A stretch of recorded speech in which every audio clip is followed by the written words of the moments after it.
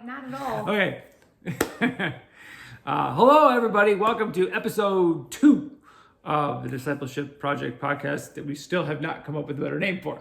So I don't do names. It's going to probably just stay that way.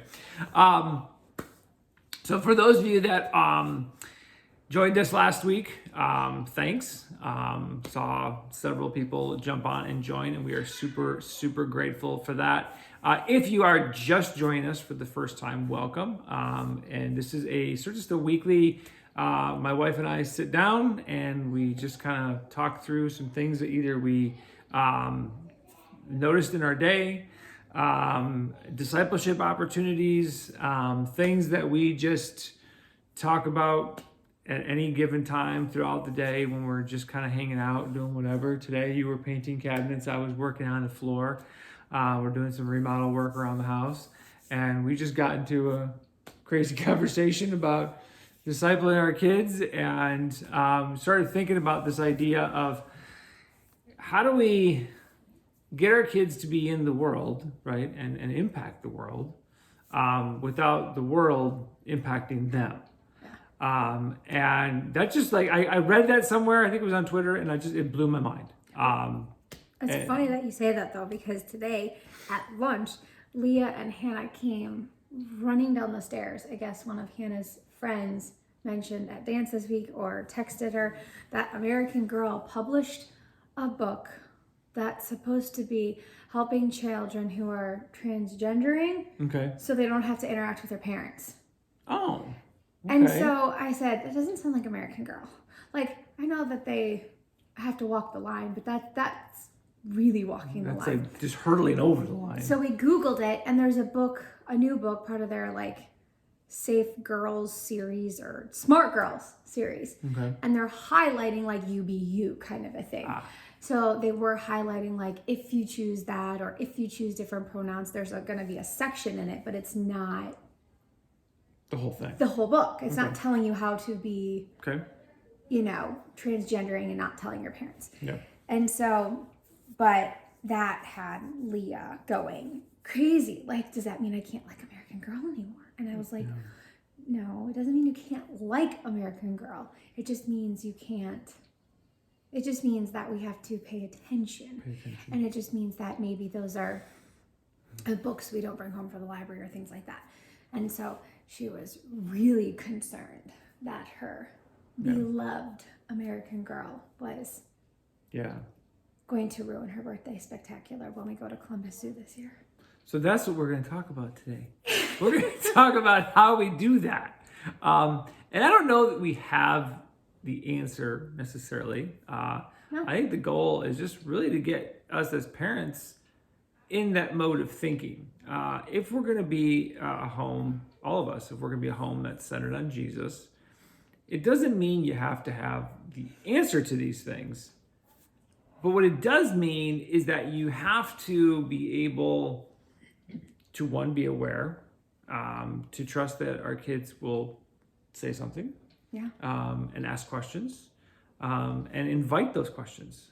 Even if you sit down with him, like, I don't know what to do with this. Yeah. Right. I like the open conversation. I'm glad that, like, for me, I like that they came to me. Like, let's talk about this. So then, like, they're not just Googling it on their own or trying to figure out. They did say that they researched it and they couldn't find a book, and that's what led them to come to me thinking. Wow, like, they even researched it themselves. They even looked it up themselves. Wow, that's impressive. And so they were like, and we couldn't find a book, so if we could, does that mean you can? And I think it was just fake news on American Girl News and blah, blah, blah. And they had all this, like, bullet points, So, but they were just so concerned that, like, that if this organization was choosing that, does that mean that they now have to make a choice?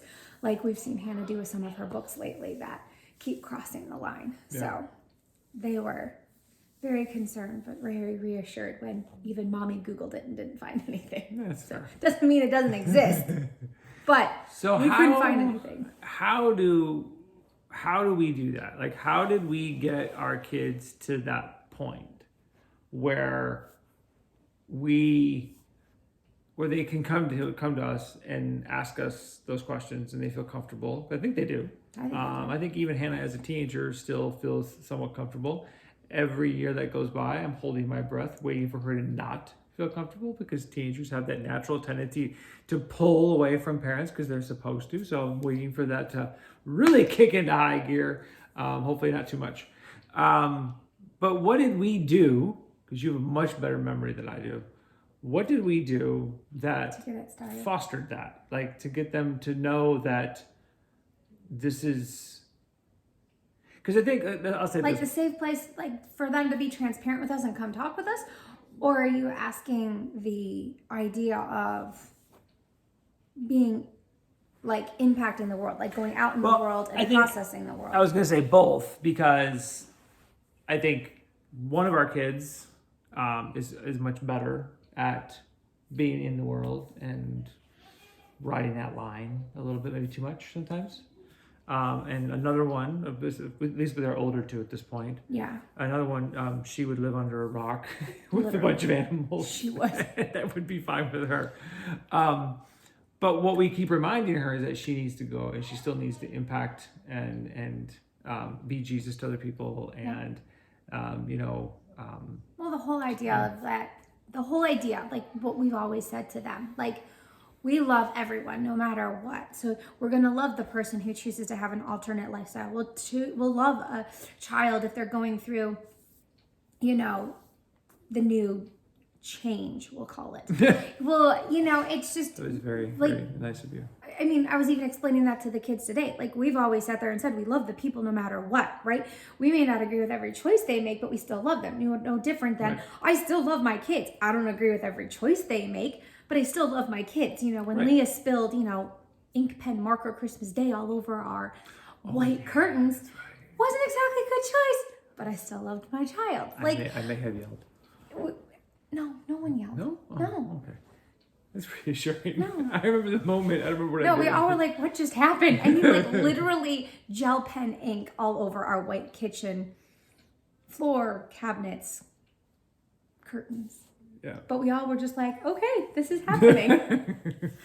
But, I think it's that it was using those examples. It's establishing that. So even when they were little, it was like, at the library, I created a standard where mommy had to check every single book. And I wasn't checking the book to make sure it was, trying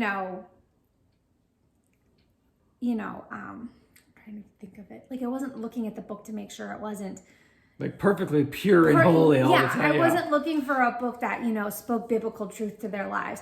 I wanted to make sure every book that we brought home didn't change the foundation we were laying. So like, it wasn't too mythical, or it wasn't too, dark, or it didn't use inappropriate language, or it didn't have relationships we hadn't yet discussed. It's like, and now, they're older, they can handle more. So I'm not looking at necessarily every single book. I'm not skimming every page like I was in the past. Now, especially with our older two, they're able to go to the library, pick out their books, and bring them home. I might read a book jacket here or there if they're trying a new series or engaging in something different. But for the most part, they've kind of gotten into a rhythm of what they like. They know it. And the other night, we're laying in bed and Hannah comes out sobbing that this book she wanted to read so bad about a girl who was autistic started crossing way too many lines and was like having, all of her friends were in relationships, and then they were being rude to the brother, and then they were doing that. I don't even remember everything she said because she was so hysterical, but she just was so upset that the book she had been waiting for on hold turned out to be a doozy. And she's like, no, I'll try again. Nope, can't do it. I'll try it. Nope, can't do it. And like was able to make that decision. So I think it's just the baby steps along the way. So it's like no different than you're not going to let your 2-year-old just walk off, the ledge. You're going to hold their hand and help them, if they're on a balance beam, or, when we're at, when you're out and about and they want to walk the curb or whatever, your 2-year-old's going to hold your hand. Like, right. I mean, there's some strong, independent 2-year-olds out there, but for the most part, they're going to say, Mommy, hold my hand. And you're going to say, yeah, let's hold your hand. Right. And you're going to walk that line with them. And then they're going to get older and they're going to be 3 and they're not going to need your hand anymore. But when they're 3, they might need your help getting on the potty, or they might need your help. Yeah. You know, Yeah, there's milestones and those- moments where where they need your help and they don't, or times that they don't. And I think that's. And I think it's also trusting them.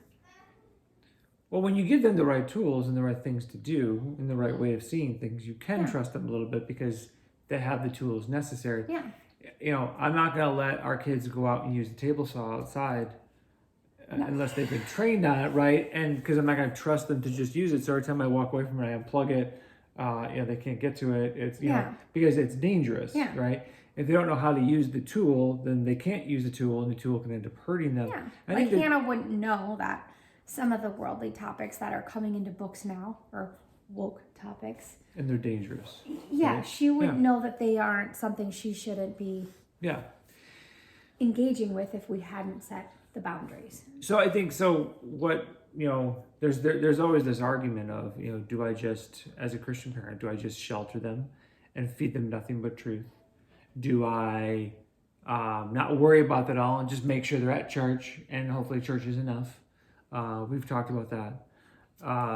And do I not pay attention at all and just trust that Disney or PBS or anybody else of these shows that they're going to watch or books that they're going to read are okay?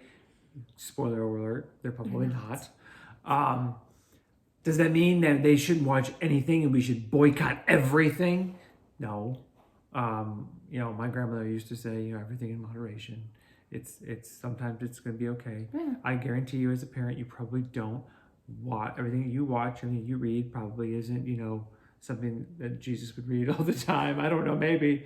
I don't think he was caring when we got sucked into the Prince Harry and Meghan Markle documentary. Yeah, I don't think he cared. But the way I always remember this is that, Paul, you read through Paul in Acts, he went into the marketplace, right? He spent time with the people of Corinth, and he spent time with the people of Athens and the Ephesians.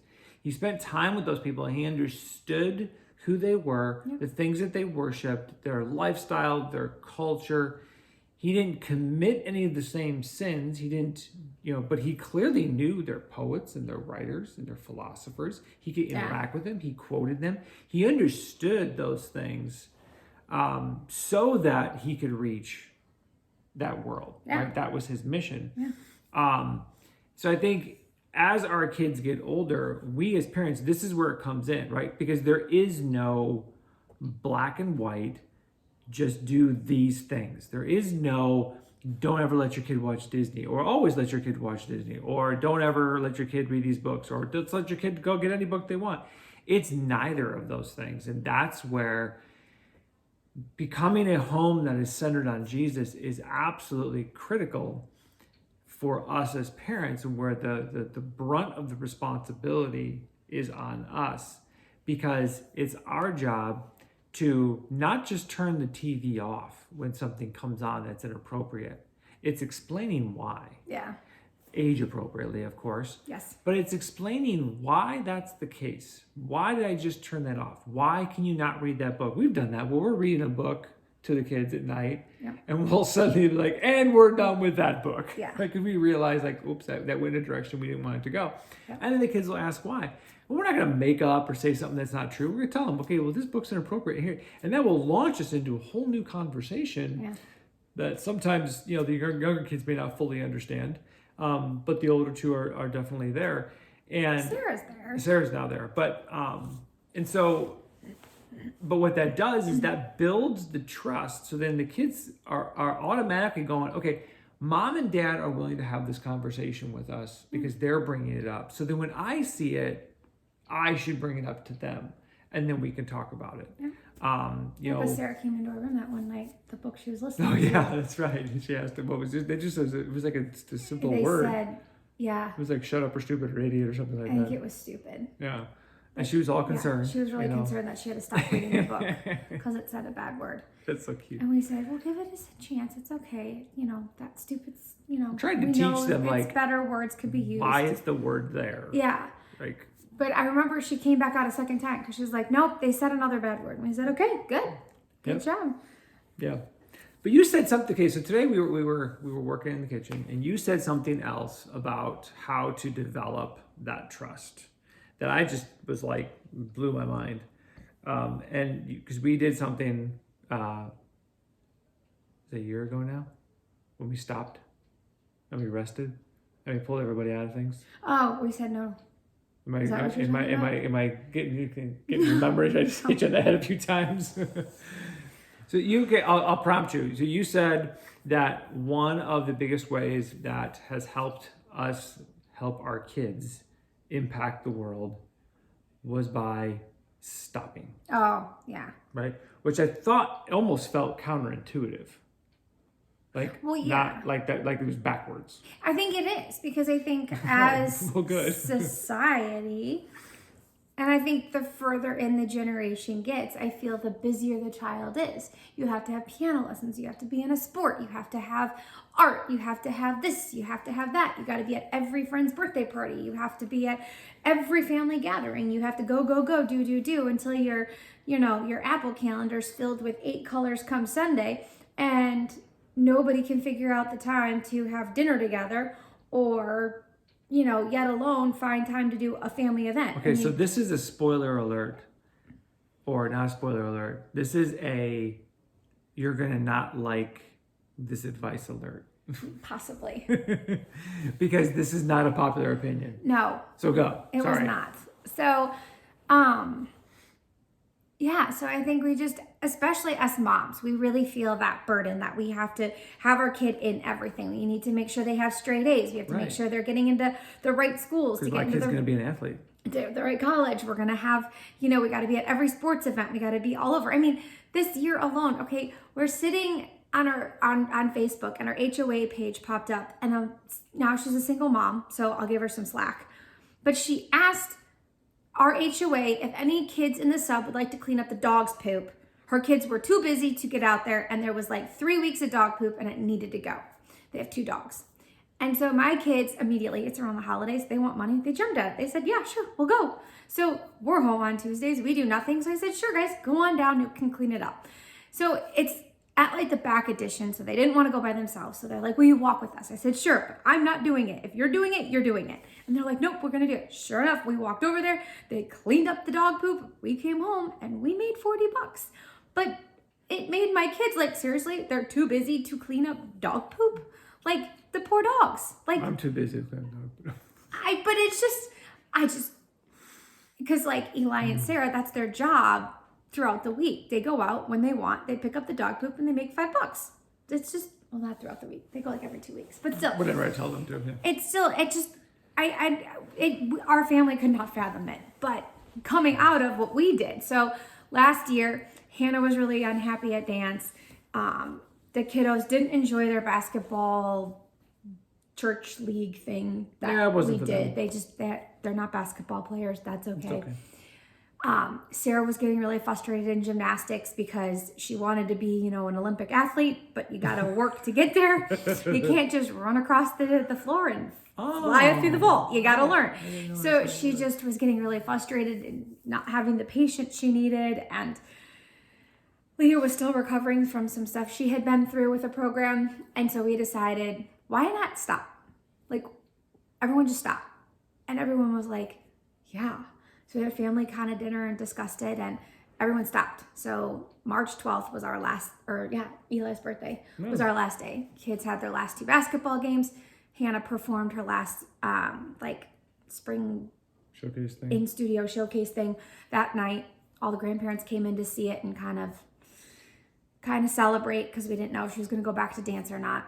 And we all stopped, and we all got outside and took walks every day, and we got to the zoo every day once it opened, and we went to museums again, and we just, some of the things that we used to do before all the activities started.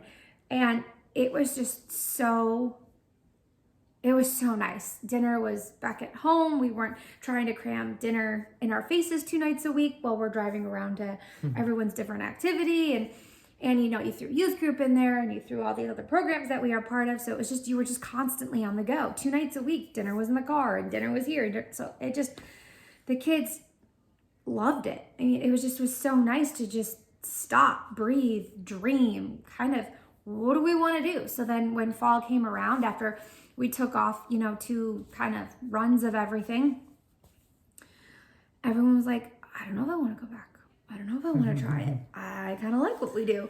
And I like not having to pay for it. I mean, yeah, there was benefits either way, but it was nice in the sense that we gave our kids space to be kids. Yeah. We created an atmosphere for them that they didn't know existed. Yep. And it's like, and I thought through it, it's like, that was me. I didn't have to do summer dance intensives and all this stuff. My summers were fun camps, things you wanted to try or experience, or Girl Scouts or whatever. But, I grew up with the regular schedule of catechism and Girl Scouts, and, we had our things that we ran off to every weeknight. But I don't know, we still had dinner at home. You have to so ask it just was like, you have to ask yourself as a parent, are you allowing your kids to do the plethora of activities because they truly love doing it and it feeds them? And for some, I do know this, for some, it does. It is an opportunity. Yeah. Travel leagues, those kinds of things. It's an opportunity to go be Jesus in the world. I mean, That's it really true. is. So I don't want anyone to assume that we don't think those things are good. Our kids are all back in activities now anyway. Oh yeah. But you have to ask yourself though, is that the reason? And this is something you have to be hard and honest as a parent. Are you putting your kids in activities because they love it and they want to do it? Or are you putting your kids in all these activities because it's feeding? This is the hard one. You ready? Feeding you. Feeding you. Yeah. And I'll be the first one to be guilty of it because I think probably almost every dad does this. I don't know about you guys, but I think dads do this all the time. Is those of us that were not supreme athletes. I played my fair share of sports, but I wasn't the greatest athlete in the world. Do I hope that my son is? Of course there was a moment there where you're like, well, either my girls or my son, somebody's got to be the athlete, and I could live vicariously through them. And let's just be honest with ourselves. That's a real thing, and it's a real struggle. But when you have all of these activities that you're doing, right, and you're doing them for the wrong reasons, when do you have time to disciple? When do you have time to stop and rest like you're supposed to? When do you have time, like Erin said, when do you have time for your kids just to be kids and just enjoy and play outside and pretend and be weird and be totally bored? Believe it or not, your brain actually functions better when you're bored. That's when the most creative things happen. Look up any neuroscientist and they'll tell you the most creative moments in your mind happen when you're bored. And that means not being on your phone. It means not doing anything. You just stare out the window, doing some kind of rote activity like folding laundry or I think my boredom, as much as it's still activity because I'm walking, is cutting the grass in the summertime because it's boring.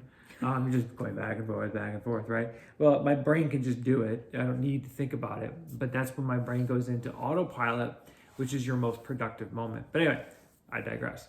I think the thing that you said was the biggest takeaway for me was that you said that it feeds, like stopping like that and taking a breath, fed our appetite for gratitude. Yeah. Because we could take a step back and say, we are so thankful for this family. We are so thankful for what we do have.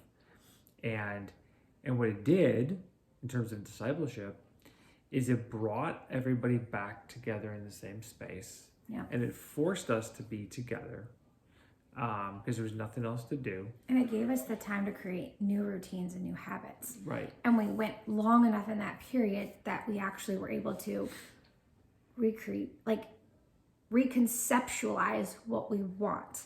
Reprioritize. Yeah. So when we did go back to activities, which be it not nearly to the degree we were, True. When we did go back and we did start deciding kind of what we wanted 2023 to look like, all the kids hands down was, we want youth group, we want our kids have all had dabbles with Awana, so they all wanted Awana back to some degree. So we were able to say, okay, let's see how we could implement some of those programs back in. We were able to sit there and say, everything has to be done by 4 o'clock though. Like, we want to be home every night of the week for dinner. We want to have our family time. We want to, we're dorks. We like to watch Secrets of the Zoo. Our new kick is the Columbus Zoo. It's fun. Best series ever. You're welcome. Enjoy. Disney Plus. But like, it just was, we were able to say, we've gathered the information, we've processed the information, we've experienced everything that we learned from it. So now here's what we're going to do going forward. The kids were like, I don't want any breakfasts to be on the go. We want to be at home where we can dive into scripture. And so we were able to say, okay, then we make those priorities our priorities, and everything else can filter through. And then I was doing a devotional that was reminding me of a book that I read right around the time we were kind of starting to implement everything. And it's, if you've never read Lisa Turkist, she's got a book out there called The Best Yes. And it's awesome book, great information. But she makes a point. My back hurts. Sorry. She makes a point to say, if you can't process it and say yes, physically, mentally, emotionally, spiritually, financially, and resourcefully, then you got to say no. Like, at any one. Like, that's you can't, a lot of things you got to check off that list. Like, that's and tough. you can't say, if you can't say yes to all of them, it's a no. Interesting. So it's just, so for us, we were able to say, okay, financially, that one's a little much. Might not be able to do that one immediately. Dead end, done. Like, so it just was, it was really helpful in helping us make the decision, include the kids, look at the kids. Hey, can you spiritually, financially, physically, mentally, financially, that's more on us than them at the moment, but still, like, can we carry all these responsibilities? So. Interesting. So. Sorry. No, you're fine. Let's get back to the original question that we were. I think we answered. I think we did, but let's make sure we did, because there's a couple different things we talked about. I think they all work. Yeah. So how do you get your how do you get your kids to impact the world without the world impacting them? Yeah. Right. So first and foremost, I think number one is to keep the lines of communication open, to establish with your kids that they can come and ask you anything, and that you establish that line in the sand of like, this is the line we don't cross. This is the Jesus line. And ask the hard questions, but also understand that these are not black and white issues. There's a lot of gray areas. There's a lot of opportunity for conversations. But just giving them carte blanche, access to everything, which is why young children should never have an iPhone or access to the internet that's not regulated, because it's too much information. There's too much out there. They don't know how to decipher what is true and what is not, what is good, righteous, and holy, and what is not. So that, I think, the first thing. I mean, if you've got older kids, I think you got to backtrack, start all over again, and make sure you establish that. And you're gonna get into fights, and they're gonna get mad at you.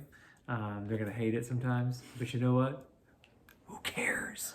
It's like that couple's retreat where he's getting mad at his daughter about her shorts, her designer French shorts, and she's like, "Love me less," and he's like, "No, not today." And that's okay. Like, we're not here to be our kids' friends. We're here to be their parents. And sometimes with those kinds of things, I actually kind of like making our kids mad. It makes me laugh. So, where was I going? I lost my train of thought. Let me get it back. Impacting. Yeah, so make sure that you keep those lines of communication. And if you have young kids, that's where I was going. If you have young kids, then start that early and often. And I'm telling you, yes, there are conversations that they can handle. Yeah. There are, especially if your kids are in schools or in public schools. They're having these conversations anyway. So don't let that be a surprise. Have them first. Yeah. And that's make yourself available. Yeah. And they're awkward and they're hard and they're goofy, and I get it, but do it. The second thing, that's the first thing. The second thing is in order to foster those conversations, in order to make sure that you can do those things, make sure that as a family you are pulling back sometimes, being bored together, resting together, enjoying the time. You're going to foster those relationships faster and that trust faster. We certainly don't get it right all the time because I'm pretty busy. But it is one thing that I did learn from a former boss of mine about how to stop. And it has been one of the most valuable lessons I've ever learned in work. So it's hard, it's a discipline, but it's absolutely necessary. And don't feel like your kids have to be in everything. That's not important. Don't feel like you have to chase the standard of the world, because the standard of the world that we live to is so much different than that's where you were going with it earlier. Of the world that, all of your neighbors are trying to chase. Just think about it. If your kids are trying to impact the world and you succumb to how the world dictates your life to you by doing everything the world says we should do and following the trends and all those kinds of things, how do we back out of that to suddenly tell them, by the way, go have an impact? We've done nothing as a family to be different in any way, shape, or form, but go impact the world. Well, yeah, and that doesn't make any sense. And just by saying, and how do they go impact the world if they have no resources to do it? Right. Yeah, that just doesn't make any sense. Sunday school, sometimes it's just not enough. Those teachers only have your child for an hour. Never enough. They can't teach them enough. I can guarantee you, and I will say this over and over and over again, church is not enough. No. It's a celebration. It's a community get together. It's a gathering. It is not a substitute for the work that you have to do as a parent. That's just not happening. And the second you think that it is, you better change your mind. I don't know what else to say that. So, but yeah, so I hope that's helpful. That's probably about all the time we have for today. We don't want to ramble on too long. You'll get bored of us. We'll still ramble. This conversation will not stop after we hit stop. But a couple things. One, make sure you follow us on Facebook at the Discipleship Project. You can also follow us on our personal page, but Discipleship Project is where you get everything. My website, StephenMkozak.com, has all of this stuff on there, as well as our Patreon page, the Discipleship Project. If you feel so inclined that what we are doing, in fact, if you saw on Instagram and Facebook, I posted a picture of us getting ready for tonight, and it literally is this phone and a stand in our living room. That's it. And we would love to expand our reach, do more with this, have more stuff, have better production value, all of those things. So if you find any value in what we're doing and the stuff that we're producing, you can give at several different levels. And you get like really cool things, like one level. I don't think I ever told you this, but one level. And I'm working on a new book. Right now it's just in concept phase. But as I write chapters, one of the perks is that you get free access to those chapters before everybody else to give input. Nice. So I thought that might be kind of fun. So there's like your Ephesians book or whatever. No. This is going to be. I'll give you a little clue. We are going to look and analyze the crossroads between the church and mental health. I knew that. Sorry. So it's going to be killer. This guy got some research to do. Idea. I always have a book idea. This one I've settled on. We'll see where it goes. But anyhow, blog posts, all this kind of stuff. Everything to resource you as a parent to do the best job that you can do to disciple your kids. It's the scariest but most important thing that we can do. And we want to be here to help. Right? Yes. Cool. We'll see you next week. See you next week, guys. Bye.